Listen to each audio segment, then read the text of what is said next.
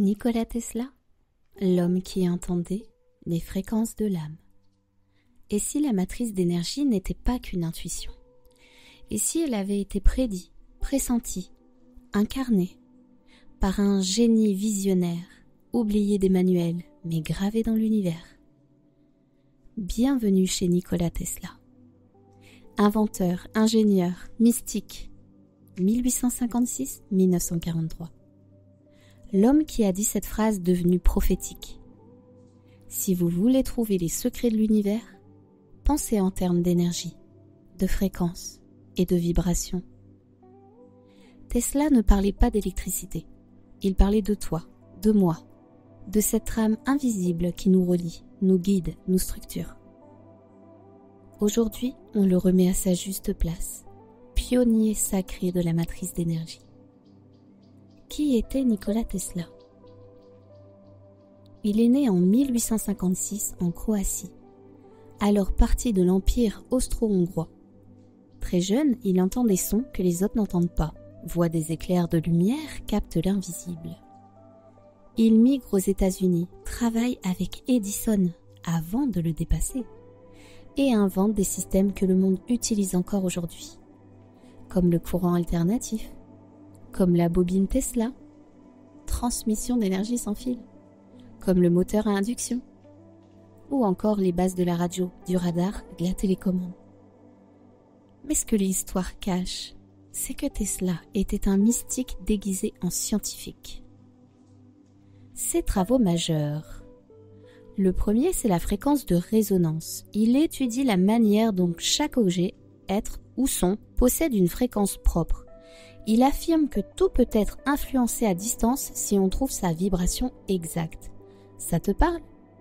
C'est le cœur même de la matrice d'énergie. Ensuite, l'énergie libre et universelle. Tesla croyait qu'on pouvait capter l'énergie directement depuis l'éther. Il crée la tour de Wardenclyffe pour transmettre l'énergie sans fil gratuitement. Il voulait un monde interconnecté par l'énergie, sans limite et sans domination. Et ensuite, il y a l'obsession du 3-6-9. Si vous connaissiez la magnificence du 3, du 6 et du 9, vous auriez la clé de l'univers. Pour Tesla, ces chiffres sont les codes fondamentaux de la création. Or, dans la matrice d'énergie, chaque zone est un triangle vibratoire, un code sacré. Tu vois le lien?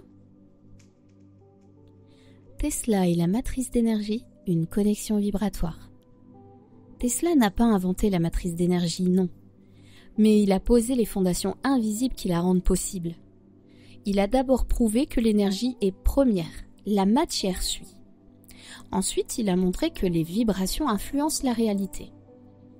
Et en dernier, il a cru à un monde structuré par les chiffres, les ondes et les harmonies. C'est exactement ce que fait la matrice. Elle révèle la structure énergétique de ta vie, de tes blocages, de tes missions. Elle lie les fréquences qui te constituent. Et elle pose un chemin pour te réaligner avec ce que tu es au niveau vibratoire. Tesla est-il toujours d'actualité? Plus que jamais. Aujourd'hui, on parle de physique quantique, de champs unifiés, de vibrations. On utilise des outils de soin par le son, les fréquences bineuronales, les résonances électromagnétiques. Mais Tesla l'avait vu venir il y a plus d'un siècle. Et la matrice d'énergie aujourd'hui? Elle est la version humanisée, accessible, concrète de cette science vibratoire. Quand tu fais une lecture de matrice, tu mets en œuvre les lois vibratoires que Tesla a dévoilées au monde.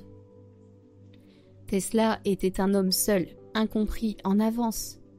Mais aujourd'hui, la matrice porte sa vision dans la pratique. Ses intuitions étaient vraies. La matrice d'énergie est l'héritière vibratoire de son génie. Alors honore-le. Ose incarner la fréquence que tu es venu manifester. Dans le prochain épisode, on explorera un autre maître de l'invisible, Max Planck, le père de la mécanique quantique, et tu verras comment lui aussi, sans le savoir, a préparé le terrain à la matrice d'énergie.